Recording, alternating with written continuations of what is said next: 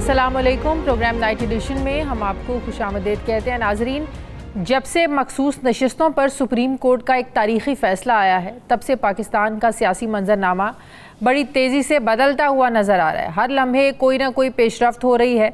बज़ाहिर तो ऐसे लग रहा है कि इदारों की आपस में महाज आराई, हुकूमत और अपोजिशन की सियासी जो लड़ाई है वो बहुत हद तक बढ़ चुकी है। सियासी मुबस्सरीन की नज़र में हार जीत के इस खेल में अगले 2 से 3 महीने बहुत अहम हैं, जहां हुकूमत के अपने लोग सिस्टम डीरेल होने और आइनी ब्रेकडाउन की ख़बरें दे रहे हैं, ये बात कर रहे हैं कि आइनी मेल्टडाउन हो सकता है। इसी तरह अपोजिशन को भी ये खदशा है कि मुल्क में आइनी ब्रेकडाउन हो सकता है, लेकिन हुकूमत और अपोजिशन की वजूहात ये अपनी अपनी हैं। हुकूमती हल्के ये समझते हैं कि जब अदलिया आइन की तशरीह, आइन री राइट करेगी, मनपसंद के फैसले देगी तो आइनी ब्रेकडाउन तो होगा। अपोजिशन की बड़ी जमात तहरीक इंसाफ ये समझती है कि जब हुकूमत सुप्रीम कोर्ट के फैसलों पर अमल दरामद नहीं करेगी और अदलिया मुखालिफ मुहिम को लीड करेगी तो आइनी ब्रेकडाउन होगा। हुकूमत और अपोजिशन की इस लड़ाई के बीचों बीच गुज़श्ता रोज़ इलेक्शन कमीशन का फैसला आता है, जिसमें इलेक्शन कमीशन ने कहा कि वो सुप्रीम कोर्ट के फैसले पर अमल दरामद के लिए तैयार है, लेकिन इलेक्शन कमीशन ने जो एलामिया जारी किया वो अदालती फ़ैसले पर अमल दरामद से ज़्यादा उस फैसले की तरदीद लग रहा है। सुप्रीम कोर्ट के जज कह रहे हैं कि इलेक्शन कमीशन ने पीटीआई से बल्ला लेने के अदालती फ़ैसले की गलत तशरीह की, लेकिन इलेक्शन कमीशन डटा हुआ है कि उसने किसी अदालती फ़ैसले की गलत तशरीह नहीं की। सुप्रीम कोर्ट के जज कह रहे हैं कि पीटीआई मखसूस सीटों की हकदार है, मगर इलेक्शन कमीशन की दलील बिल्कुल हुक्मरान इत्तेहाद जैसी है कि केस में फरीक सुन्नी इत्तेहाद काउंसिल थी तो रिलीफ पीटीआई को कैसे मिल सकता है। सुप्रीम कोर्ट के जज ये कह रहे हैं कि 39 अराकीन कन्फर्म पीटीआई के हैं, जबकि बाकी 41 आज़ाद अराकीन 15 दिन में इलेक्शन कमीशन में अपनी पार्टी वाबस्तगी वाजे कर सकते हैं। लेकिन इलेक्शन कमीशन ये एतराज़ उठा रहा है कि जिन 41 उम्मीदवारों ने कागजात नामजदगी जमा कराते वक्त पार्टी टिकट और डिक्लेरेशन जमा ही नहीं करवाए, उन्हें रिटर्निंग अफसरान पीटीआई का उम्मीदवार कैसे डिक्लेयर करार दे सकते हैं। बज़ाहिर ऐसे लग रहा है कि इलेक्शन कमीशन इतनी आसानी से जो रिज़र्व सीट्स हैं ये पीटीआई की झोली में नहीं डालेगा, बल्कि हो सकता है कि तहरीक इंसाफ को मज़ीद कानूनी जंग भी लड़ना पड़े। दूसरी तरफ हुक्मरान इत्तेहाद हुकूमती सतह पर सुप्रीम कोर्ट के फैसले पर नज़रसानी दायर करने और पीटीआई पर सियासत के दरवाजे मुकम्मल बंद करने के लिए सलाह मशवरे कर रहा है। मुस्लिम लीग का ये कॉन्फिडेंस है, वो बड़ी कॉन्फिडेंट है कि फ़ॉरेन फंडिंग का जो केस है, साइफ़र का मामला, आइन की पामाली समेत बहुत से मामलात हैं हुकूमत के पास जिस पर तहरीक इंसाफ पर पाबंदी लगाने के लिए वो बहुत सारी वजूहात मौजूद हैं इन केसेस में। सवाल ये है कि अगर हुकूमत ये स्टेप लेती है तो पीटीआई अपना दिफा कैसे करेगी। कल मरीम नवाज़ ने अदालती फ़ैसले और जजेस पर कड़ी तनकीद की। आज काफ़ी अरसे से खामोश मियाँ नवाज शरीफ भी बोले कि फ़ैसला देने वालों को अब सोचना होगा, अवाम के बारे में सोचना होगा, मुल्क के साथ अच्छा सलूक नहीं किया जा रहा। एक सड़क पर फिरते शख्स को कहा गया कि आओ तुम्हें इंसाफ देंगे, यानी पीटीआई को रिलीफ मिलने पर नून लीग का गुस्सा जो है वो साफ नज़र आ रहा है। लेकिन पाकिस्तान पीपल्स पार्टी सोच में पड़ी हुई है, उन्होंने अभी फैसला करना है पार्टी के अंदर कि आगे क्या करना है तहरीक इंसाफ पर पाबंदी के हवाले से। ऐसे में जहाँ ये खबरें आ रही हैं कि पीपल्स पार्टी के अंदर हुकूमती कारकर्दगी को लेकर मायूसी बढ़ रही है, वहाँ ये भी कहा जा रहा है कि पीटीआई और पीपल्स पार्टी को हुकूमत साजी के लिए एक टेबल पर बिठाने के लिए ये भी कोशिशें हो रही हैं। अगर पीटीआई और पाकिस्तान पीपल्स पार्टी को मिलाने की जो कोशिशें हैं ये कामयाब हो जाती हैं, जो अब तक तो इसलिए नहीं लग रहा क्योंकि इमरान खान साहब ये कह रहे हैं, उन्होंने आज भी ये कहा कि पाकिस्तान पीपल्स पार्टी के साथ भी किसी मामले पर कोई बात नहीं होगी। तो अगर तो ये कोशिशें कामयाब हो जाती हैं तो यकदम जो पॉलिटिकल एक सिचुएशन है ये यकदम बदल सकती है। सवाल यह है कि नून लीग की हुकूमत गिराने के लिए क्या पीटीआई पीपल्स पार्टी के साथ हाथ मिला सकती है? क्या अपने सियासी बयानिए से यू टर्न लेना पीटीआई के लिए आसान होगा? इसके अलावा मौलाना फजल रहमान साहब भी ये बात कर रहे हैं कि पीटीआई नए साफ शफाफ इलेक्शंस के लिए असम्बलियाँ तहलील करने पर वो रज़ामंद है और उनसे मुज़ाकरात के लिए मौलाना साहब ने एक कमेटी भी बना दी है। क्या फ़ैसले होंगे, कैसे तहरीक इंसाफ इस सारी सिचुएशन को देख रही है, मैं बात करूंगी। मुझे तहरीक इंसाफ के रहनुमा सेनेटर ओन अब्बास बप्पी साहब ज्वाइन करें। अस्सलाम वालेकुम, बहुत बहुत शुक्रिया ओन अब्बास साहब आपका। और नवाज साहब, जैसे मैंने कहा कि मुल्क में इदारों में टकराव की सूरत हाल ये सबको नज़र आ रही है, महाजराई बढ़ रही है, एक बड़े आईनी बहरान की तरफ हमारा मुल्क बढ़ रहा है, लेकिन हुकूमत ये समझती है कि जो आईनी मेल्टडाउन की बातें, जो इशारे मिल रहे हैं, ये आप लोगों की वजह से है, ये सारा किया धरा आप लोगों की वजह से है। एक चीज तो बड़ा क्लियर है कि इस वक्त सियासी पार्टियों से ज्यादा जो कन्फ्लिक्ट है पड़ा वो इस वक्त इदारों में है पड़ा, और ऑब्वियसली जो पावर कॉरिडोर्स हैं, जब आपस में क्लैश ऑफ द टाइटन्स होता है तो उसकी आवाजें बहुत दूर तक जाती हैं। सो पाकिस्तान में इस वक्त ये चीज तो सबको नजर आ रही है। हैविंग सेड दैट, मुझे मरियम नवाज या नवाज शरीफ साहब की जो फ्रस्ट्रेशन है वो बड़ी क्लैरिटी से, अगर मैं उनकी जगह होता तो शायद नहीं भी करता। आज जो नवाज शरीफ साहब का टेनर था कि जी ये समझना चाहिए कि जी आप कैसे एक पॉलिटिकल पार्टी को लेके आ सकते हैं, ये एग्जैक्टली गुजरांवाला वाली टोन है जो कि उसने जलसे में जनरल बाजवा के वाले से मारा। सो जिनको इन्होंने मलाइन करना हो, प्रेशराइज करना हो, ये उनको जलसों में नाम। मैं आपको एक चीज बताऊं, एक हफ्ते बाद एक जलसा होगा इनका, कहीं भी लोग इकट्ठे कर लेंगे और उसमें नवाज शरीफ अचानक जजेस के नाम लेना शुरू कर देंगे। जहां इनको समझ लगती है कि जो इदारा इनके खिलाफ जा रहा है, या उनकी कैरेक्टर असैसिनेशन शुरू कर देंगे। उसकी कैलकुलेशन बड़ी जबरदस्त है। मैं आज एक दोस्त को कैलकुलेशन बता रहा था, मैं क्या पाकिस्तान तहरीक इंसाफ की 107 सीटें, अभी ये जो रिजर्व सीट्स का फैसला आ गया, इसमें से 23 मेंबरान सूबाई असेंबली और आगे हमारे हो गए 130 नंबर पंजाब असेंबली। हमारे जो ट्रिब्यूनल्स में केसेस हैं उसमें पंजाब असेंबली के जो मेंबरान सूबाई असेंबली केसेस हैं वो 60 के करीब है। मैं समझता हूं आप 60 ना लगा दें, चलिए आप हमें 40 सीटें, क्योंकि जो chief justice Islamabad Lahore high court है उसने चीफ जस्टिस अपना सुल्तान सिकंदर राजा को कह दिया कि ट्रिब्यूनल के जजेस वही होंगे जो पहले लगे होंगे। अब इंसाफ होगा, इंसाफ के नतीजे में 60 में से 40 सीटें और मिल गई, 130 और 40 से 170 हो गए। उन 40 सीटों के नतीजे में जो रिजर्व सीट्स हमारी बचती है वो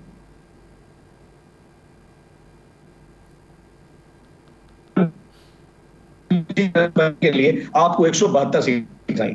सो नवाज शरीफ को आज ना सिर्फ मरियम नवाज शरीफ की सीट अपनी जो लाहौर की पंजाब असेंबली की जाती नजर आ रही थी, बल्कि वजारत आला जाती नजर आ रही। तो यकीनन शहबाज शरीफ के लिए इतना बड़ी कुर्बानी नवाज शरीफ कभी नहीं देगा अगर उस सेटअप में मरियम नवाज शरीफ ना हो। तो उसकी फ्रस्ट्रेशन मुझे समझ लगती है ना, ये तो आप लोगों की अपनी कैलकुलेशन है। एक जो नंबर्स आपके पास से दिया, हाँ ठीक है, वो तो ट्रिब्यूनल्स में जब केसेस होंगे, फैसले आएंगे, वो तब की बात है। अभी तो सुप्रीम कोर्ट के फैसले की बुनियाद पर आप लोगों को लग रहा है कि आगे भी फैसले आप लोगों के हक में आ सकते हैं।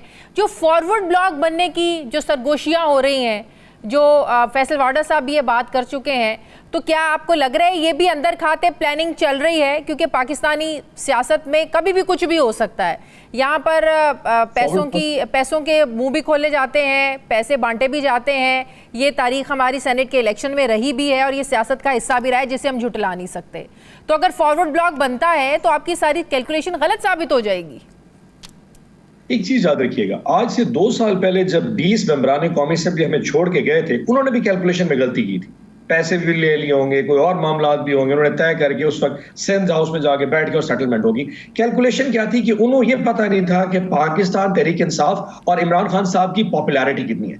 इस वक्त आप देखें कि 41 मेंबरान कौमी असेंबली ने एफिडेविट जमा कराना था, जिनको सुप्रीम कोर्ट ने कहा कि उन्होंने इंडिपेंडेंट किया है।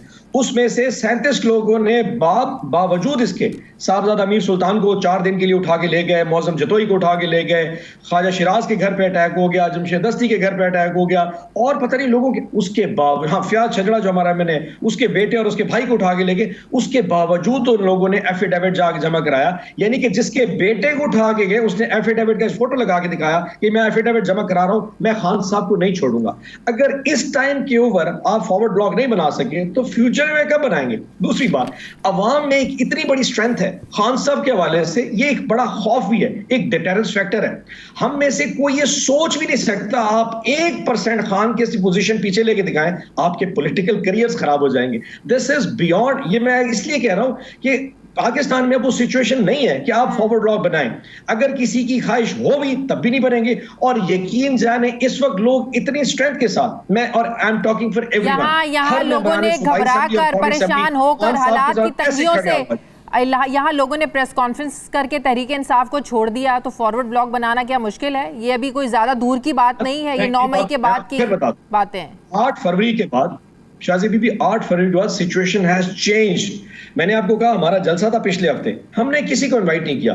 लोग फैमिलीज के साथ अपनी गाड़ियों पे इस्लामाबाद जा रहे थे क्योंकि वो समझते हैं ये उनकी एक ड्यूटी है, नेशनल ड्यूटी है कि हम अगर जलसे में जाएंगे तो शायद खान साहब रिहा हो जाएंगे। पाकिस्तान का हर शहरी अपने आप को अपने लीडर से इस वक्त अटैच समझ रहा है। उस अटैचमेंट की वजह से, और उसमें वो सारे मेंबरान पार्लियामेंट भी शामिल हैं क्योंकि वो अपने आप को समझते हैं कि इस वक्त पाकिस्तान के लिए फ्रंट एंड के ऊपर एक ऐसी जंग लड़ रहे हैं जिसको शायद फ्यूचर जनरेशन में पे ऑफ करेगा। सो कोई ये सोच भी नहीं सकता कि कोई ऐसा फॉरवर्ड ब्लॉक बनेगा या उस पर कोई जाएगा। मैं आपको बताऊं, ना 20 करोड़ ना 40 करोड़ ना धमकी, अब कुछ काम नहीं आ सकती। अगर फॉरवर्ड ब्लॉक इतना आसान होता तो ये तरह सुप्रीम कोर्ट के इस इश्यू के ऊपर आपको जजेस के अगेंस्ट जाने की क्या जरूरत थी।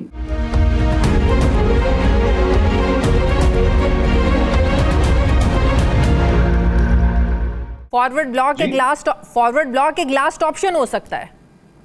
This will never work. Pakistan Tehreek Insaf का कोई फॉरवर्ड ब्लॉक नहीं बन सकता। I can just write it down for you. जो कुछ होना है, इन्होंने वही प्लान, जो असल जो प्लान है वो होगा वही जो सुप्रीम कोर्ट में 8-5 को बैलेंस करने का तरीका है, इसको 9-8 किया जाए। अब वो 9 में से अब हो गया 9-7 हो चुके क्योंकि 2 जजेस ने कहा हम जजेस से बनते हैं। अब 9-7 ऊपर से छुट्टियां आ गई। आज नजरसानी की अपील दाखिल होनी थी। चीफ जस्टिस साहब ने बहुत कोशिश की है कि विद इन अ वीक शायद ये केस लग जाए और दोबारा नजरसानी हो गए। 2-1 से उसके डिसेंडिंग नोट उनका आ गया। अब वो चला गया सितंबर की 10 तारीख को। उससे पहले इंशाल्लाह यहाँ सीटों का फैसला हो जाएगा, रिजर्व सीट्स हो जाएंगी, सेनेट केपी का इलेक्शन हो जाएगा। उस वक्त तक ट्रिब्यूनल्स के फैसले हो जाएंगे। सितंबर तक बहुत सारी नाव उल्टी बहनी शुरू हो जाएगी। मैं अंडरस्टैंड कर सकता हूं इस वक्त मरियम बीबी और नवाज शरीफ किस तकलीफ से गुजर रहे होंगे। एंड वेरी फ्रैंकली पाकिस्तान में जो चीजें चेंज हुई हुकूमत को तो खुद लग रहा है कि ख्वाजा आसिफ साहब कह रहे थे ये भी सरगोशियां हो रही हैं कि अक्टूबर आने दें, इलेक्शन की दरखास्त लगनी है, हमारे सामने ही लगनी है तो देख लेंगे सारे मामला ठीक हो जाएंगे। ये हुकूमत को यहाँ तक भी खौफ जो है ना वो सवार हो गया उनके सरों। आप ये बताएं, पिछले 3 दिनों में आपने किसी तहरीक इंसाफ के किसी लीडर से बात सुनी है कि पाकिस्तान में इमरजेंसी नाफिज होगी, नए इलेक्शन होने जा रहे हैं, पाकिस्तान में कोई चेंज आ रही? हमने तो नहीं कहा। ख्वाजा आसिफ साहब की स्टेटमेंट आई है, ठीक। बहुत सारे लोग, आजम तारा ने जो स्टेटमेंट हमारी पाबंदी के हवाले से दी है, 4 ही नून लीग के सीनियर मिनिस्टर्स ने कहा कि हमसे अभी कोई मुशावरत नहीं हुई। पीपल्स पार्टी ने कहा there is a disarray within the government कि अपने रैंक्स पे कितना बड़ा तजाद है। उनको खुद समझ नहीं रही कि जो एक मिनिस्टर जो दावा करता है 4 मिनिस्टर उसको निगेट कर देते हैं। सही बप्पी साहब, सुप्रीम कोर्ट ने 15 दिन का वक्त दिया था तहरीक इंसाफ के उन लोगों को जिन्होंने वाबस्तगी जाहिर नहीं की। 15 दिन का वक्त है, आप अपनी जो एफिलिएशन है वो शो करें। कल इलेक्शन कमीशन ने जो फैसला दिया, उन्होंने कहा कि पीटीआई के 39 अरकान के पार्टी टिकट और उन्होंने डिक्लेरेशन जमा ही नहीं कराया और 41 आज़ाद अरकान ने तहरीक इंसाफ से वाबस्तगी जाहिर नहीं की। लोग कंप्लीट क्यों नहीं कर रहे हैं इस सारे प्रोसेस को? 1 हफ्ता गुजर चुका है, 1 हफ्ता रह गया है। मैं इससे बड़ा इलेक्शन कमीशन नहीं देखा। सुप्रीम कोर्ट ने क्लैरिटी से कहा कि 39 मेंबरान कौमी असेंबली पीटीआई के हैं क्योंकि उस वक्त जब नॉमिनेशन पेपर फाइल हुआ था उन्होंने लिखा था कि हम पोटेंशियली पाकिस्तान तहरीक इंसाफ के कैंडिडेट हैं। उन्होंने कहा ये तो हो गए पीटीआई के। बाकी उन्होंने कहा जी 41 मेंबरान कौमी असेंबली 41 ऐसे हैं जिन्होंने उस वक्त लिखा था कि हम इंडिपेंडेंट हैं क्योंकि उस वक्त इलेक्शन कमीशन तहरीक इंसाफ को जमात एक्सेप्ट करने को तैयार नहीं थी, उन्होंने इंडिपेंडेंट लिख दिया। तो सुप्रीम कोर्ट ने कहा जी आप 41 के एफिडेविट जमा कराएं। हमने उनकी एफिडेविट, बमाए अंगूठे, साइन, आईडी कार्ड और उनको बेचारों को इस्लामाबाद बुला लिया कि एफिडेविट भी जमा कर, वीडियो भी उनकी बना ली कि ये मैं एफिडेविट इलेक्शन कमीशन जमा हो गया। अब उन्होंने उसको नोटिफाई करके पीटीआई डिक्लेयर करना। अब अल्फाज के हेर फेर से यकीन करें सुल्तान सिकंदर राजा के साथ जो आजकल हो रही होगी, आपको याद है 8 फरवरी की रात को 11 बजे वो गायब हो गए थे और 2 बजे आए तो पसीनों पसीने थे। एग्जैक्टली ये सिचुएशन उसके साथ आजकल रोजाना रात को होती होगी। वो रात को 9-10 बजे कहीं जाता होगा और 2 बजे बड़ा परेशान आता होगा कि मैं मरूं और जाऊं किधर। सो ये जो अल्फाज है उस बेचारे की डेस्परेशन दिखा रहे हैं इस वक्त। अच्छा, अली जफर साहब पर हम देख रहे हैं बुशरा बीबी साहिबा तनकीद कर रही हैं कि वो सहूलियात नहीं दिलवा सके, वो इमरान खान साहब के लिए उस तरीके से काम कर नहीं पा रहे हैं। तो अली जफर साहब पे क्यों इतनी तनकीद हो रही है? अच्छा, मैंने वैसे अभी आपके मुंह से सुना है, मैं सोशल मीडिया पे शेयर कर पढ़ रहा हूं, मुझे एग्जैक्ट आइडिया नहीं है इसके हवाले से। But having said that, Bushra आपा ने आज जो बात की है वो इससे ज्यादा परेशान कौन है कि आज एक नैब के एहलकार ने जिस तरीके से खातून ने उनको धक्का दिया। देखिए कुछ ना हो, she is a first lady. एक आप चले छोड़ दें फर्स्ट लेडी, आप छोड़ दें इमरान खान साहब की अहलिया है, उससे बढ़ के वो एक घरेलू खातून है, किसी की बीवी है, मतलब हाउ कैन यू डू, वो किसी की मां है। आपने एक सियासी कैदी को जिसके ऊपर कोई केस नहीं है, आप उसको धक्के दे रहे हैं, ये उससे ज्यादा डिस्कस्टिंग है। आई थिंक आज हमें ये डिस्कस करना चाहिए कि बुशरा आपा के साथ देखिए जिस किस्म के भोंडे गंदे केस में, मैं बार बार लोगों को कहता हूं, मैं सलाम पेश करता हूं, अगर इस जगह पे मेरी बीवी बहन या मेरी मां होती तो मैं किस तकलीफ में होता। मैं सलूट पेश करता हूं कि उसने ना उसको बर्दाश्त किया, बल्कि खान साहब को कहा कि खान साहब आप डटे रहे, आपने मेरी वजह से परेशान नहीं होना। आज आप उसको धक्के दे रहे हैं कि जनाब एक तोशा खाना से फारिग हो गए, दूसरे तोशा खाना में आपने बुक कर दिया, और आज हम ये डिस्कस करें कि उसको धक्के हम कह रहे हैं कि पार्टी की वजह से हो गया। तरनौल का जलसा जो आशूरा की वजह से आप लोगों ने कैंसिल किया, आप लोगों का पहले एनओसी दिया, बाद में कैंसिल हुआ, फिर आप लोगों ने कहा कि हम आशूरा के बाद करेंगे, वो आप लोग कब प्लान कर रहे हैं? क्या इस सारे सिनेरियो में जब हुकूमत भी बुखलाई हुई है, जजिस पर तनकीद हो रही है, ये फैसला हजम नहीं कर पा रही है हुकूमत, आपको लगता है कि हुकूमत अब आपको कोई जलसा करने देगी, कोई 4 लोगों को इकट्ठा करने की इजाजत मिलेगी आप लोगों को? देखिए हजारों ख्वाहिशात ऐसी कि हर ख्वाहिश पे दम निकले। ख्वाहिश तो ये कि वो कुछ भी नहीं करना था, मतलब जलसा तो बहुत दूर है, वो यहाँ पे हमें प्रोटेस्ट नहीं करने दे रहे पंजाब के अंदर। यहाँ पे जिस दिन प्रोटेस्ट की कॉल आती है उसे 2 दिन पहले पुलिस के डाले सब लीडरशिप के घरों के बाहर चले जाते हैं। बट हैविंग सेड दैट, ये कोर्ट का फैसला था, ये जो पिछले जो अशूरा से पहले जलसे का फैसला था, इस्लामाबाद हाई कोर्ट के जज ने मियां औरंगजेब खेल ने इसकी अप्रूवल दी थी उस वक्त। सो हमें अभी भी कोई इशू, लेकिन खान साहब ने आज से 3 दिन पहले लीडरशिप को कहा एनओसी के साथ पहला जलसा करना, इस्लामाबाद में पहला जलसा होगा, और अदालत ने 28 तारीख की पेशी लगा दी है। 28 तारीख तक चीफ कमिश्नर ने जवाब देना है कि वो हमें किस दिन जलसे की अप्रूवल दे रहा है। उनकी ख्वाहिश है कि चेलम के बाद दिया जाए, हमारी ख्वाहिश है कि जी अब आशूरा गुजर गया, आप कोई भी डेट दे रहे हैं। सो इंशाल्लाह 4-5 दिन बाद जैसे ही वो इस्लामाबाद हाईकोर्ट में अपना जवाब देंगे, हम आप जलसा करेंगे। और एक चीज बता दें, ये पाकिस्तान की तारीख में पहला जलसा होगा जिसमें तहरीक इंसाफ का लीडर मौजूद नहीं होगा, लेकिन उसकी असास मौजूद होगी अवाम की शक्ल में। और अगर अवाम को पहुंचने दिया गया, अगर जलसा होने दिया गया, तब की बात है। एक बात बताओ, आप लोगों की उमंगों को नहीं रोक सकते। जब एक पाकिस्तानी अपनी मां, बहन, बेटी, बच्चों के साथ इस जलसे पे जाएगा एज अ नेशनल ड्यूटी, क्योंकि वो समझता है कि इस जलसे में जाने से 25 मई भी इसी मुल्क में हुआ है, 25 मई को भी लोग ऐसे ही निकलना चाह रहे थे। पाकिस्तान में बहुत कुछ हो चुका है, फॉल्स फ्लैग ऑपरेशंस की एक बड़ी यहाँ पे रुदात यहाँ पे सुनाई जा सकती है। इशारा कर रही है नून लीग, या जो खौफ या खदशे का इजहार ख्वाजा आसिफ साहब कर रहे हैं, खुदा ना खास्ता सिचुएशन उस तरफ जाती है, आईनी मेल्ट डाउन, आईनी ब्रेक डाउन, इमरजेंसी, इस तरह की सिचुएशन, तो ये तो किसी के लिए भी अच्छा नहीं होगा, ये तो किसी पार्टी के लिए, मुल्क के लिए अच्छा नहीं होगा।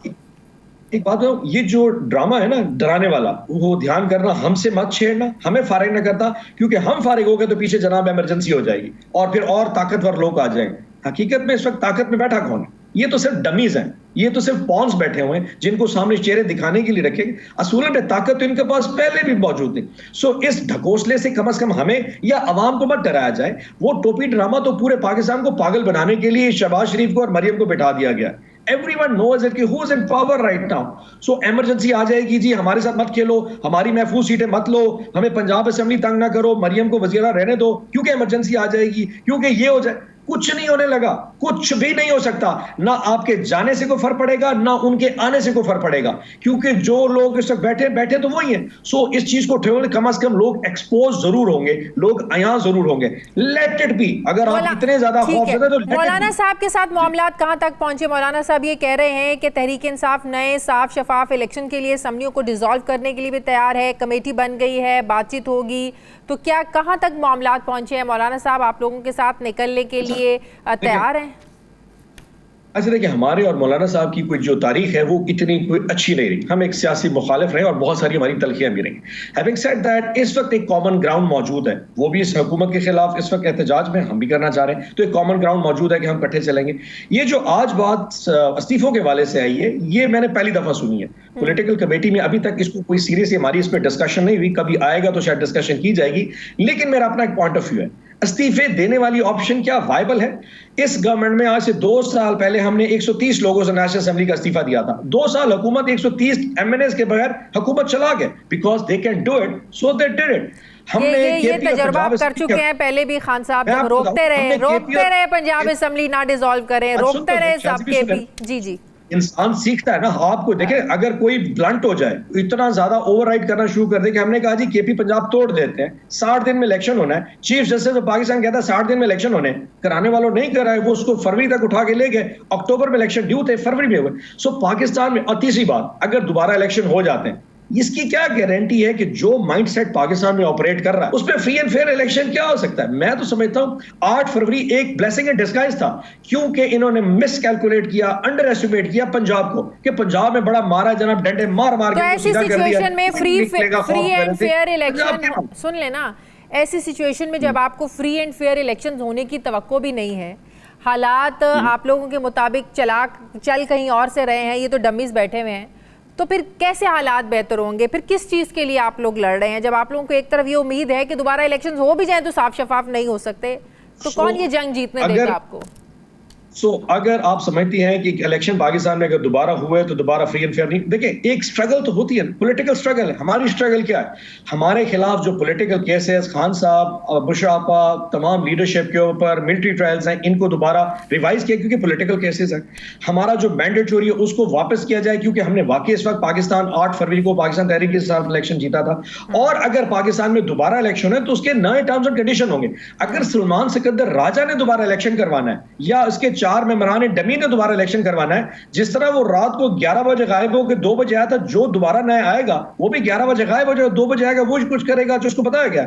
लेकिन पाकिस्तान में आपने चीजों को करेक्ट तो करना है ना, you have to set the pattern right, कि नहीं इसको भी ठीक किया जाए, ये भी ठीक किया जाए, और लेट्स हैव अ जमहूरियत जो रिप्रेजेंट कर रही है अवाम को। आप ये बताएं, जो बन्नू में इशू हुआ है, इसका सबसे बड़ा इशू है कि एक स्ट्रॉन्ग गवर्नमेंट मौजूद नहीं है। शुक्रिया तहरीक इंसाफ के रहनुमा सेनेटर रौन अब्बास बप्पी साहब, बहुत शुक्रिया आपका। मुझे ब्रेक लेनी है, नाज़रीन वापस आते हैं वक्फे के बाद।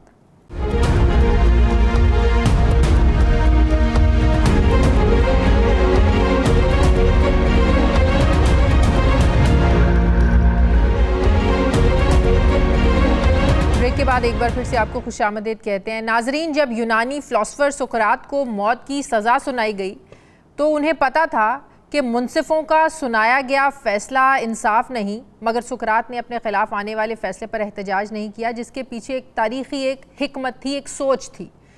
सुकरात ने ये कहते हुए सज़ा को कबूल किया कि अगर आज सुकरात ने मुनसिफों के गलत फ़ैसले को ना माना तो कल लोग मुनसिफों के ठीक फ़ैसलों को भी नहीं मानेंगे।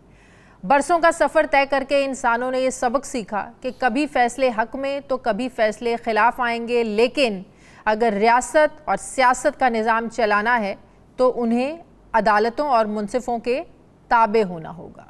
लेकिन क्या करें, पाकिस्तान का अलमिया ये है कि यहाँ सियासी तकसीम सियासी दुश्मनी का रूप धार चुकी है। सियासत की जानिबदारी ने इदारों और उनके सरबराहान को भी मतनाज़े बना दिया है। सियासी जमातों को अदालतों से फ़ैसले तो चाहिए, लेकिन वो भी मन मर्जी के। सियासी जमातों के नज़दीक वही फ़ैसला हक़ और सच की फ़तह है जो उनके हक़ में आता है। जब से सुप्रीम कोर्ट ने मखसूस सीटें पीटीआई को देने का हुक्म दिया है, तब से मुस्लिम लीग नून ने एक बार फिर अदलिया मुखालिफ मुहिम को लॉन्च कर दिया है। वो इंतज़ामिया जो अदालती फ़ैसलों को मानने की पाबंद है, वो फ़ैसलों के ख़िलाफ़ दलीलें दे रही है। कल मरियम नवाज शरीफ ने सुप्रीम कोर्ट के फ़ैसले और जजेस को सीधा ये मैसेज दिया, ये पैगाम दिया कि मुल्क चलने दें, अगर रखना डाला तो आईनी हाथों से निपटेंगे। ये भी कहा कि जजेस जिसको यानी इमरान खान को वापस लाना चाह रहे हैं वो तो कौम का मुजरिम है। वज़ीर आला पंजाब के बाद आज नवाज शरीफ साहब भी बोले, जो काफ़ी अरसे से खामोश थे, कि मुल्क के साथ अच्छा सलूक नहीं किया जा रहा। सड़क पर चलते फिरते शख्स को कहा गया कि आओ तुम्हें इंसाफ देंगे। नवाज शरीफ ने मजीद कहा कि फ़ैसले देने वालों को अब सोचना होगा, आवाम का सोचना होगा। अब सवाल यह है कि जब इमरान खान के दौर में जब इस्लामाबाद कोर्ट ने छुट्टी वाले दिन अदालत लगाकर नवाज शरीफ को ज़मानत दी ताकि वो जेल से बाहर जाकर अपना इलाज करवा सकें, तो क्या वो फ़ैसला ठीक था? जब लाहौर हाई कोर्ट ने हफ्ते के दिन अदालत लगाकर नवाज शरीफ का नाम एग्जिट कंट्रोल लिस्ट से निकालने का हुक्म दिया, वो फैसला ठीक था क्या? नवाज शरीफ अदालती हुक्म पर 4 हफ्तों के लिए इलाज के लिए बैरून मुल्क जाते हैं, फिर 4 साल वापस नहीं आते हैं, क्या वो फैसला ठीक था? वो अदालतें ठीक थीं? जब मरियम नवाज को महज वालिद की अयादत के लिए अदालत से ज़मानत मिलती है तो क्या अदालत का वो फैसला ठीक था? वो अदालतें अच्छी थीं, वो अदालतें ठीक थीं? इलेक्शन से पहले नवाज शरीफ को वतन वापसी पर इश्तिहारी होते हुए मीनार पाकिस्तान पर जलसे की इजाज़त मिलती है, क्या वो फैसले ठीक थे, अच्छे थे? वतन वापसी पर गिरफ्तारी की बजाय मियां साहब की एयरपोर्ट पर अदालती अमला बायोमेट्रिक लेने चला जाता है। क्या वो फैसला ठीक था जब अप्रैल 2022 में इमरान खान की हुकूमत गिराने के लिए तहरीक अदम एतमाद पर इमरान खान कौमी असम्बली तहलील करके नए इलेक्शन का ऐलान करते हैं, मगर सुप्रीम कोर्ट रुकावट बन जाती है, वो डिप्टी स्पीकर कासिम सूरी की रूलिंग को गैर आईनी करार देते हैं, तो क्या तब अदालतें ठीक थीं? तब अदालतें सही फैसले कर रही थीं? क्या वो फैसला ठीक था? इलेक्शन से 3 दिन पहले जब इमरान खान को कई 3 केसेस में एक के बाद एक मुकदमे में सजाएं मिल रही थी, क्या वो फैसले ठीक थे? तब अदालतें इंसाफ कर रही थीं, आप लोगों को इंसाफ मिल रहा था, आप लोगों के साथ लेवल प्लेइंग फील्ड हो रही थी तब क्या? सवाल ये है, ऐसा क्यों है कि अदालतों से मुस्लिम लीग नून को जब इंसाफ मिले तो वो इंसाफ है, सियासी हरीफ को मिले तो वो डील है और रिलीफ है, सहूलतकारी है? एंटी जुडिशरी बयानियाँ बनाने से नून लीग को फ़ायदा होगा या नुकसान होगा?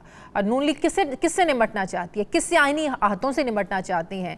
कौन अवाम का नहीं सोच रहा है? क्या जजिस अवाम का नहीं सोच रहे हैं कि आप जजिस से अपने निमटना चाहते हैं? मैं बात करूँगी, मुझे ज्वाइन कर रहे हैं सीनियर सियासतदान आसिफ किरमानी साहब। अस्सलाम वालेकुम, बहुत बहुत शुक्रिया आसिफ किरमानी साहब आपका। आसिफ किरमानी साहब, अब ये क्या हालत हो गई है मुस्लिम लीग नून की कि जब फैसले इनके हक में आए तो अदालतों की वाह करते हैं और जब दूसरों को आइन और कानून के मुताबिक उनके हक में फैसले आते हैं तो अदालतों पर जो है ना वो चढ़ दौड़ते हैं और कहते हैं कि आपसे आईनी हाथों से निपटेंगे। ये क्या रवैया है मुस्लिम लीग नून का? शुक्रिया शाजिया बीबी। ये सिर्फ मुस्लिम लीग नून का रवैया नहीं है, मैं समझता हूँ कि ये हमारा एक कौमी रवैया बनता जा रहा है और मुस्लिम लीग नून भी उस कौमी रवैये का एक हिस्सा है। कि आप देखिए कि ये ऐसे ही है कि मीठा मीठा हप हप, कड़वा कड़वा थू थू। देखिए, और ये आप सिर्फ इसमें मुस्लिम लीग नून ही नहीं, हमारे तमाम जो पॉलिटिकल स्टेक होल्डर, जैसे मैंने कहा कि लोग हैं, हम आवाम जो है, हम पता नहीं what is wrong with us कि हमें कोई ऐसा या कोई वायरस को बैक्टीरिया आ गया है कि देखिए अदलिया के फैसले जो हैं, अगर अदालतें जैसा भी फैसला करती हैं, जाहिर है वो you can not please everybody, आप तमाम लोगों को फ्री कैन को खुश नहीं कर सकते। एक फरीक के हक में और एक के मुखालफत में आता है फैसला, उसका भी तरीकाकार है। आप अपील में चले जाएं, आप मुतमिन नहीं है आप उसको चैलेंज कर सकते हैं अगर करना चाहें, अगर प्रोविजन है।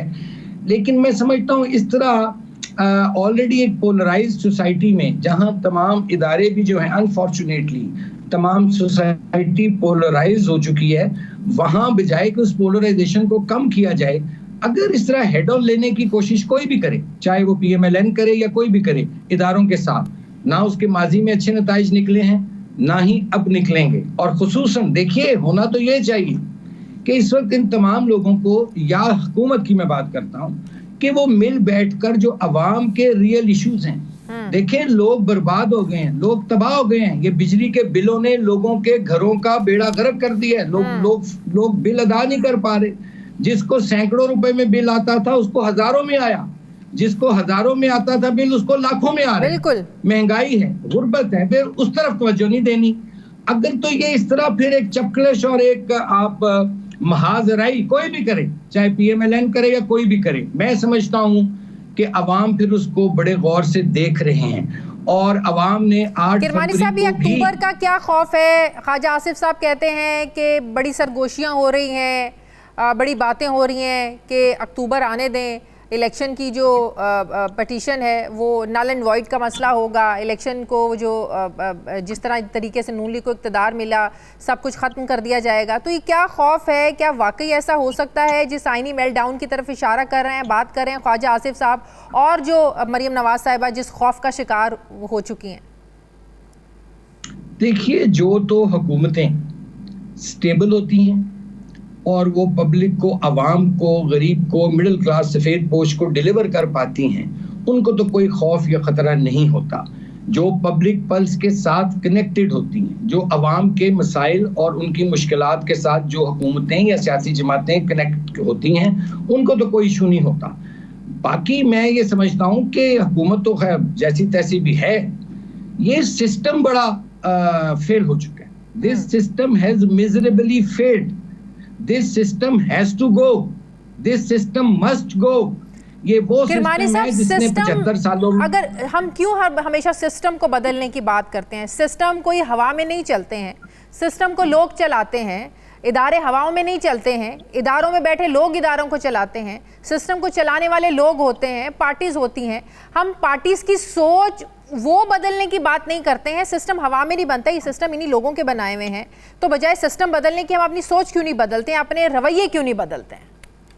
देखिए, जिस दिन, बड़ी अच्छी बात कही आपने, जिस दिन सोच बदल जाएगी, जिस दिन रवैये बदल जाएंगे, दैट इज द चेंज। सोच और रवैये बदले थे 8 फरवरी को इलेक्शन में, लेकिन क्या उसका रिजल्ट निकला, मुझे बताइए आप। मैं सिस्टम की जब बात करता हूं तो मैं इस एक जो ये एक सेटअप है जहां 2% ऑफ एलीट कैप्चर है जिस मुल्क में, जहां एलीट माफिया है जिसने जो हर जगह मौजूद पाई जाती है, और 98% of your population is starving. उनके पास खाने को नहीं है, बिजली के बिल के पैसे नहीं है देने को। These are the real issues. उस तरफ कोई आता नहीं है। तो मैं उन मानों में कहता हूं कि ये सिस्टम जैसा तैसा भी है, ये डिलीवर नहीं कर पा रहा। आपको सिस्टम चेंज करने की जरूरत है। आप चेहरे चेंज करते हैं, आप आज एक को निकालते हैं, 2-4 साल बाद फिर उसको ले आते हैं, फिर उसको निकालते हैं, फिर पहले वाले को ले आते हैं। तो क्या पाकिस्तान में माओ ने कैपेबल, एबल, तो ये जो लोग ट्रस्ट करते हैं, लोग पैदा करने लाने वालों पे यहाँ और कोई कॉम्पिटेंट बंदा नहीं है, यहाँ कोई।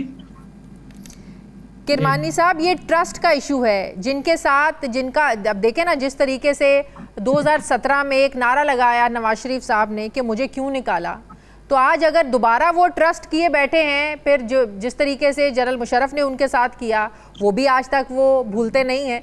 तो ये एक्चुअली ये लाने वालों का कसूर नहीं है, जो कबूल करते हैं ये उनका कसूर है। ये दोनों का कसूर है।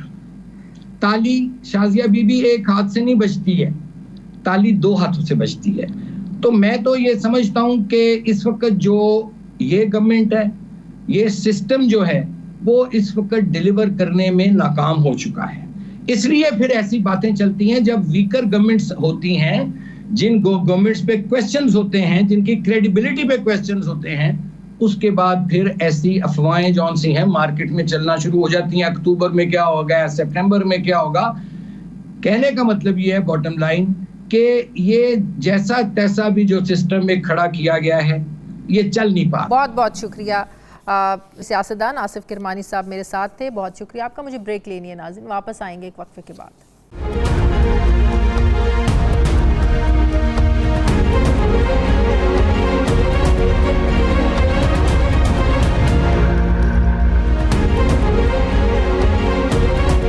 ब्रेक के बाद एक बार फिर से आपको खुशामदीद कहते हैं नाजरीन।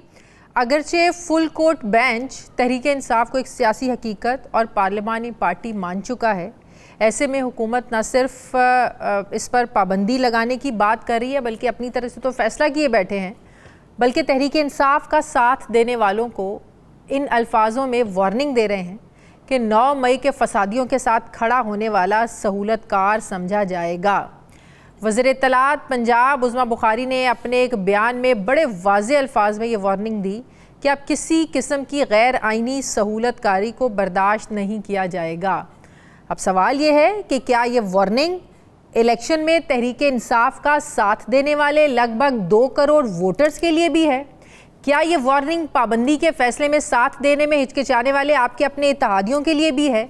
क्या ये वार्निंग अदालतों में बैठे उन मुंसिफों के लिए भी है जो तहरीक इंसाफ को एक सियासी हकीकत मान गए हैं? क्या ये वार्निंग तहरीक इंसाफ के हक में मखसूस नशिस्तों के मुमकिना नोटिफिकेशन जारी करने वाले इलेक्शन कमीशन के अमले के लिए भी है? क्या ये वार्निंग सुप्रीम जुडिशल काउंसिल में तहरीक इंसाफ की शिकायत सुनने वालों के लिए भी है कि अगर शिकायत सुनी तो ये सहूलतकारी तस्वुर होगी? क्या ये वार्निंग केपी असम्बली में पाबंदी के खिलाफ करारदाद पास करने वालों के लिए भी है? क्या ये वार्निंग इलेक्शन ट्राइब्यूनल्स में इंतखाबी बेज़ाब्तगियों के केस सुनने वालों के लिए भी है? क्या ये वार्निंग तहरीक इंसाफ से सियासी इत्तेहाद कायम करने वालों के लिए भी है? क्या ये वार्निंग पाबंदी के फैसलों पर एतराज़ करने वाली आलमी ताकतों के लिए भी है? नाजरीन, आला अदलिया के फैसलों पर पहले भी तनकीद होती रही है। केस जीतने वाली पार्टियां मिठाइयां तकसीम करती रही हैं और केस हारने वाले जो लोग थे वो एहतजाज करते रहे हैं, लेकिन फ़ैसलों को बिलाखिर मानना ही पड़ा है हमेशा। इन फैसलों पर हुकूमती इदारों ने अमल दरामद भी कराया, लेकिन इस बार हुकूमत खुसूसन मुस्लिम लीग नवाज़ इस फैसले के खिलाफ खुलकर सुप्रीम कोर्ट के सामने आकर खड़ी हो गई है। अब देखना यह है कि 27 जुलाई तक इलेक्शन कमीशन आला अदलिया के फैसले पर अमल करता है या हुकूमत की वार्निंग को खातिर में लाता है। दूसरी तरफ कहा जा रहा है कि JUI के सरबराह मौलाना फजलुर रहमान और असद कैसर के दरमियान मुलाकात हुई है। दोनों रहनुमाओं ने एक दूसरे के तहफ़्फ़ुज़ात दूर करने के लिए कमेटियों की सतह पर मुज़ाकरात को आगे बढ़ाने पर इत्तफ़ाक़ किया है। अब सवाल ये है कि हुकूमत की वार्निंग के बाद क्या JUI इन मुज़ाकरात को तहरीक इंसाफ के साथ आगे बढ़ाएगी? आज मौलाना फजलुर रहमान साहब ने दावा किया है कि शफाफ इलेक्शन के लिए पाकिस्तान तहरीक इंसाफ असम्बलियों से इस्तीफ़ों पर आमादा है और नए इंतखाबात के लिए PTI KP के असम्बली तहलील करने को तैयार है। मैं बात करूंगी, मुझे JUI के रहनुमा कामरान मुर्तज़ा साहब ज्वाइन कर रहे हैं। अस्सलाम वालेकुम, बहुत बहुत शुक्रिया कामरान साहब आपका। कामरान साहब, इस वक्त हुकूमत का जो रवैया है बड़ा जलाली रवैया है, बड़ा गुस्सा है, बड़ा उनमें एक फ्रस्ट्रेशन नज़र आ रही है। हुकूमत जो बातें कर रही है, जजिस को धमकियां दी जा रही हैं, अब वार्निंग दे रहे हैं कि जो इनका साथ देगा तहरीक इंसाफ का उनसे हम निपटेंगे, ये गैर आइनी सहूलतकारी बर्दाश्त नहीं होगी। क्या आप लोग इसे अपने लिए भी एक वार्निंग तस्वुर कर रहे हैं? देखिए, हर एग्रेशन के पीछे कमज़ोरी छुपी होती है। ये जो धमकियां दी जा रही हैं, इनके पीछे भी कमज़ोरी छुपी हुई है। अब फैसला जो भी आया सुप्रीम कोर्ट का, मेरा अपना उसमें बाज़ जगहों पे इख्तलाफ है, टेक्निकल उसमें जो है मैं उसमें एतराज़ रखता हूँ, मगर वो लॉ ऑफ द लैंड है। जब कोई लॉ ऑफ द लैंड बन गया और उसके नतीजे में कोई एक पार्टी जो है वो मेजॉरिटी पार्टी की शक्ल इख्तियार कर गई, तो असूलन अगर कोई मेजॉरिटी पार्टी अगर पहले दिन होती 8 फरवरी के इलेक्शन के बाद ये मेजॉरिटी पार्टी होती, तो फिर जो है वो हुकूमत बनाने की दावत किसको दी जाती? तो अगर थोड़ा सा जो है अगर इस पे सोचा जाए, अगर कोई जमहूरी मुल्क में जमहूरी सोच के साथ लोग होते तो इनको स्टेप डाउन हो जाना चाहिए था, इनको रिज़ाइन करके और कहना ये चाहिए था कि अब जो है इस जजमेंट के नतीजे में हम मेजॉरिटी पार्टी नहीं रहे, अब हमारा हक नहीं है to remain in the government. और उसके बाद जो है वो कहते कि जी बना लें, PTI बना सकती तो ठीक है, नहीं बना सकती तो भले उसके बाद जो है फिर जो भी सूरत हाल बनती। मगर ये इनको बजाय रिज़ाइन करने की धमकियां दे रहे हैं, और धमकियां देना जो है इससे ये सिर्फ वो लोग धमकियां देते हैं जो अंदर से कमज़ोर होते हैं, और वरना अदरवाइज़ एक दस्तूरी मुल्क है, यहाँ पे एक दस्तूर है, कानून मौजूद है, और दस्तूर के मुताबिक जो है ना यहाँ मामला आगे चलने चाहिए, गो के नहीं चलते मगर इंशाल्लाह आगे चलेंगे। इन धमकियों के पीछे इतना कॉन्फिडेंस नज़र आ रहा है, वो किसका कॉन्फिडेंस है? आज नवाज शरीफ साहब भी बोल रहे हैं कि मुल्क को चलने दो, अवाम का सोचो। मरीम नवाज साहबा ने भी बात की, हर कोई नून लीग से उठकर बात कर रहा है। इस कॉन्फिडेंस के पीछे क्या वजह नज़र आ रही है आपको? नहीं, मुल्क को चलने दो या उनको चलने दो? मुल्क को चलने दो, मुल्क को आपको जो समझ आ रही है। नहीं, उनको चलने दो, उनको चलने दो। तो उनको चलने को जो, अगर आपके पास मैंडेट है, आपका मैंडेट सर आंखों पे, और अगर मैंडेट नहीं है, इलेक्शन जाली हैं, मैनेज हुए हैं, रेग हुए हैं, तो फिर आपका हक नहीं है, फिर आपको स्टेप डाउन होना चाहिए। तो जजिस को बराह रास्त धमकियां, क्या ये तौहीन अदालत के जुमरे में नहीं आता? जजिस को इस पर नोटिस नहीं लेना चाहिए? मरियम बीबी का स्टेटमेंट जो था वो थ्रेटनिंग था, दुरुस्त नहीं था। हम खुद इख्तलाफ करते हैं, इस जजमेंट से भी मैंने खुद ज़ाती तौर पे इख्तलाफ किया है, मगर इसके बावजूद ये लॉ ऑफ द लैंड है। इसका मतलब ये नहीं है कि मैं जजों से नाराज़ हो जाऊँ, इसका मतलब ये नहीं है कि मैं जजों को घूर के देखना शुरू कर दूँ, इसका मतलब ये नहीं है कि मैं ऐसे स्टेटमेंट देना शुरू कर दूँ जिससे उनकी तौहीन होती हो, जिससे उनकी इंसल्ट हो। तो ये हमारा हक नहीं होता। हमारा हक जो है वो अपना केस प्लेस करना होता है, और उनका हक जो है वो उस पर जजमेंट देना होता है। वो अपने लिए जो कुछ उन्होंने किया उसके लिए अल्लाह को जवाब दें, अपने ज़मीर को जवाब दें। इसलिए वो धमकियों की बात जो है ना वो न करें। अगर आपका केस रिव्यू हो जाता है तो इट्स ओके, और अगर रिव्यू नहीं होता तो ये फिर रिव्यू होना है, लेकिन छुट्टियों के बाद। अब मसला ये है कि 3 रुकनी बेंच ने कहा कि छुट्टियों के बाद, अब ये कह रहे हैं कि नहीं, जल्दी होना चाहिए, छुट्टियां ज़रूरी नहीं है, मुल्की हालात ज़रूरी हैं। अब मसला ये है कि पहले हो। नहीं, उन्होंने कह दिया कि जब छुट्टियों के बाद, और रिव्यू जो है, रिव्यू आपका स्कोप बड़ा लिमिटेड हुआ करता है रिव्यू में। ये एक बात। और दूसरा जो है वो कोई अर्जेंसी नहीं है। मीनवाइल जो आप उनको सीटें दे दीजिए, सीटें जैसे आज मिल गई थी उसमें हम भी उसके बेनिफिशरी थे। 11-12 सीटें हमारे पास भी थी और वो सीटें वो अंडू हो गई हैं, उसकी जगह पे दूसरे लोग आ गए। तो फ़र्ज़ कर लीजिए रिव्यू हो जाता है, फ़र्ज़ करते हैं एक सूरत हाल, कल रिव्यू हो जाता है तो रिव्यू हो जाता है तो उसके नतीजे में ये लोग वापस आ जाएंगे जो पहले थे और वापस आ जाएंगे। तो अगर कोई गवर्नमेंट कोई और बन गई तो वो ख़त्म हो जाएगी, नतीजा उसका निकल आएगा। मगर ये कोई ग्राउंड नहीं है कि मेरा केस अभी अभी सुनो। और जो सुनने के साथ साथ जो है ना ये भी कि जो इसमें ये गलत है उसमें वो भी गलत है। भी गलत भी अगर कोई चीज़ है तो उसको अदब से एहतराम से एक दायरे के अंदर, कानून के दायरे के अंदर अपनी बात जो है वो रखें। मुमकिन है जजेस आपके साथ एग्री कर जाएं और ये मुमकिन है कि जजेस आपसे एग्री ना करें। मगर इन एनी केस जो चीज़ फाइनलिटी अटेन कर गई या जिसके अगेंस्ट स्टे ऑपरेट नहीं कर रहा उसने इम्प्लीमेंट होना है। सही। ये अक्टूबर का खौफ क्यों है, आईनी मेल्टडाउन का खौफ क्यों है? कि आपको भी कोई ऐसे हालात आईनी मेल्टडाउन की तरफ जाते हुए नज़र आ रहे हैं?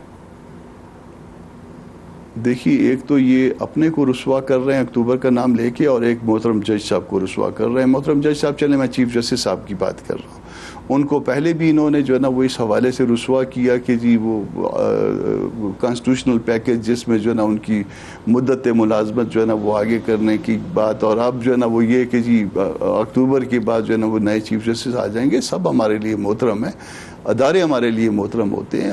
आप डिफरेंस ऑफ ओपिनियन हो सकता है, ठीक है आप, मगर उसका मतलब ये नहीं है कि हम उनके लिए रुसवाई करें। उनको इज़्ज़त से रुखसत होने दें और रुखसत होकर और जो जजमेंट आ गई है उसके ऊपर इम्प्लीमेंट कर लें। उसके बाद फ़र्ज़ कर लिए कि आगे मामला नहीं चल पा रहा तो नए इलेक्शन हो जाएंगे, और नए इलेक्शन सबसे बेहतरीन हल है। बिल्कुल सही। आप तहरीक इंसाफ से जो बातचीत करने के लिए कमेटी बनाई है, आप उस कमेटी को लीड कर रहे हैं, क्या मैंडेट है, किन चीज़ों पर बातचीत होगी? हालात अब बहुत ज़्यादा अब बिगड़ते जा रहे हैं। अब शख्सियात और इदारों की लड़ाई नहीं है, इदारे आमने सामने आकर जो है ना वो लग रहा है कि इदारों के दरमियान महाजराई की सिचुएशन बहुत ज़्यादा बढ़ गई है। तो मैंडेट क्या है तहरीक इंसाफ से बात करने के लिए?